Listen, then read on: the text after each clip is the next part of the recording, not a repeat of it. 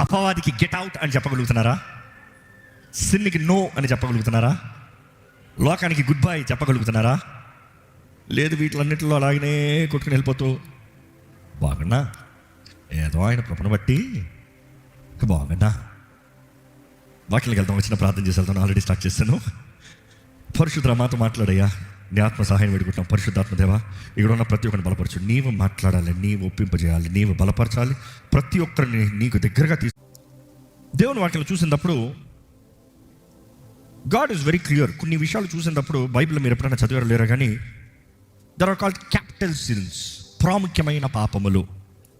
నరహత్య చేయవద్దు, వ్యభిచారము చేయవద్దు, ఇంకా అన్నిటికన్నా ముఖ్యం నేను తప్ప నీకు దేవుడు వేరొక దేవుడు ఉండకూడదు, దేనిని చేసుకుని ఏ విగ్రహాన్ని చేసుకుని నీవు నమస్కరించకూడదు, ఇంకా ఈ ఆజ్ఞలను చూసుకుంటే నీ తల్లిదండ్రులని సన్మానించు, ఇంకా నరహత్య, వ్యభిచారము, నీ పొరుగు వాడిది ఏది ఆశించద్దు, ఇవన్నీ చెప్పుకుంటూ వచ్చినప్పుడు these are the capital sins అంటారు. కానీ అదే సమయంలో బైబిల్ చూసినప్పుడు 7 డెడ్లీ సిన్స్ కనబడతాయి. క్యాపిటల్ సిన్స్ ఒక రకం అంటే డెడ్లీ సిన్స్ ఇంకొక రకం.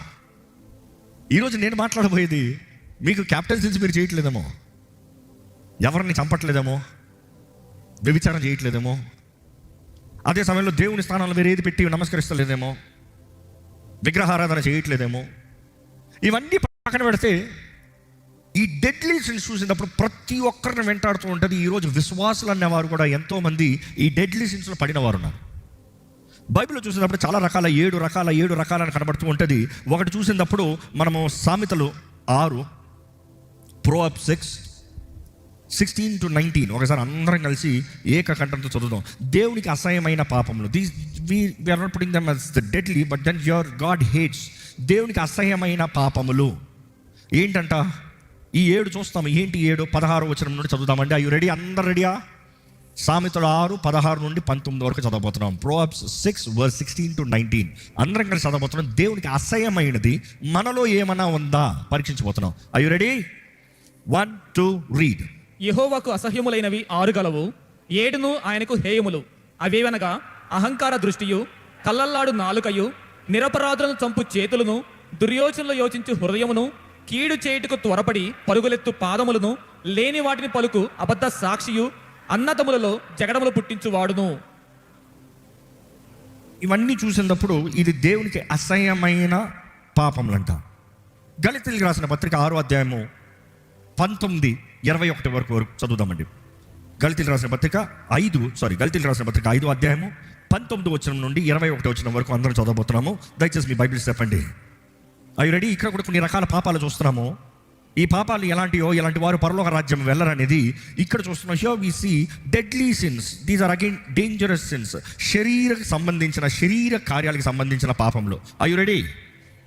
1, 2 రీడ్. శరీర కార్యములు స్పష్టమై ఉన్నవి.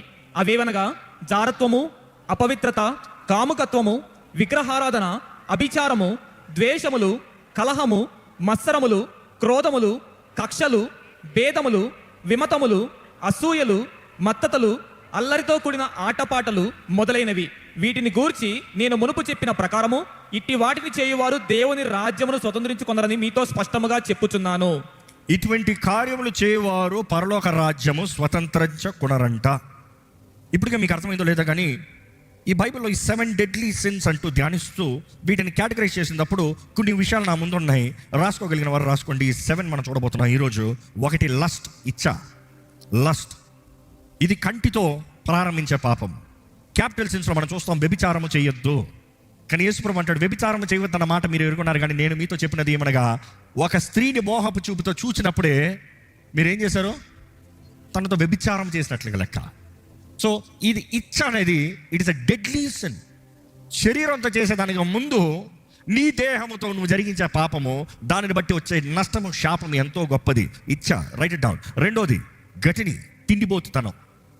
రాసుకోండి, ఎక్స్ప్లెనేషన్ చెప్తాను. ఎందుకంటే ఏమైనా మనలో ఉన్నాయా చూడాలి. ఈరోజు ఎంతోమంది విశ్వాసులు రక్షించబడ్డానంటూ కూడా ఇలాంటి పాపంలో బ్రతుకుతున్నారు. 3వది గ్రీడ్. బైబిల్ వర్స్ చదివాం పొద్దుటి సర్వీస్లో. What is that word? Telugu word envy. Greed. Okay, దురాశ. కరెక్ట్, దురాశ. 4వది స్లాత్, సోమర్తనం. స్లాత్. 4వది సోమర్తనం, స్లాత్. ఐదవది, don't write laziness, write sloth, SLOTH, sloth. That is the word that is in the Bible. Because laziness is a very easy word. అక్కడ excuse అవ్వచ్చు, sloth excuse అవ్వలేము. కానీ తెలుగులో చూసినప్పుడు సోమర్థనం అనే మాట చూస్తాం. నెక్స్ట్ రాసుకోవాల్సింది మీరు రాత్, కోపం, లేకపోతే రివెంజ్, ఉగ్రత, కంట్రోల్ లేని కోపం. కోపపడుడి కానీ పాపం చేయొద్దు. కంట్రోల్ లేని కోపం పాపానికి నడిపిస్తుంది. కోపపడటం తప్పు కాదు, కోపం అనేది న్యాచురల్ డిఫెన్స్లో వస్తుంది. కానీ ఆ కోపము సూర్యుడు రెస్ట్ అయ్యేటప్పటికి నీ టెంపర్ రెస్ట్ అవ్వాలంట, సెటిల్మెంట్ అవ్వాలంట. అది అలాగే లోపల పెట్టుకుంటే అది ఒక ట్రామాగా, ఒక రివెంజ్ ప్రాసెస్లోకి మారిపోతుంది. సో రాత్ ఉండకూడదు. నెక్స్ట్ ఎన్వి, అసూయ పడకూడదు. పక్కవాడితో అసూయ పడకూడదు, పక్కవాడితో ఆశపడకూడదు, పక్కవాడితో కోరకూడదు. ఎన్వి. ఏడోది ఏంటంటే ప్రైడ్, గర్వం. ఇప్పుడు మొదట చూడబోతున్నాం ఇచ్చ.